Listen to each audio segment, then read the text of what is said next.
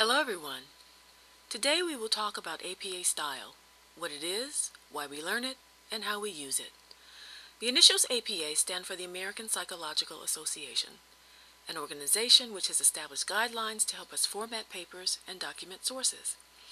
APA style gives us a way to talk to each other as scholars and learners in a uniform way.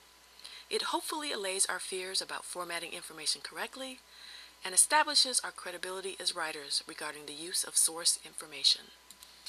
Let's talk about formatting, which refers to the look of our papers. We are required to use double spacing, to indent our paragraphs 5 to 7 spaces, and to align the text against the left margin, leaving the right margin ragged. It is always a good idea to check the double spacing.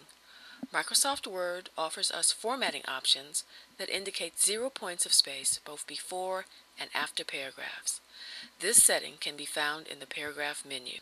We are also required to use 1-inch margins on all sides, as well as a 12-point font, preferably Times New Roman. One special circumstance occurs when we quote passages that are 40 words or longer. In this case, we must use the block quote format by indenting every line of the quote 1 tab space. In such a case, we introduce the quote with either a colon or a comma. We place a period at the end of the sentence and not the parenthetical, and do not use quotation marks. Moreover, we never start a new paragraph immediately after a block quote.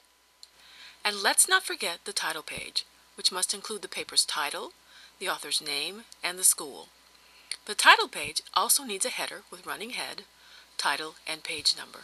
Depending on your professor, you may also want to include the course number, date, the instructor's name, and the author's note. The reference page is just as important, if not more so. This page is a list of every retrievable source you cite in your essay. As you can see, there are slightly different formats for just about every source you might find, from books to magazines and newspapers, from web pages with or without articles or authors, to a variety of other sources. And that's just the beginning.